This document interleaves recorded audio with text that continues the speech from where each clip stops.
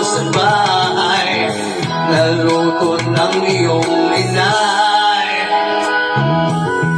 Ilaw na galing sa tanghali, merienda nyo'y sinigang na ube.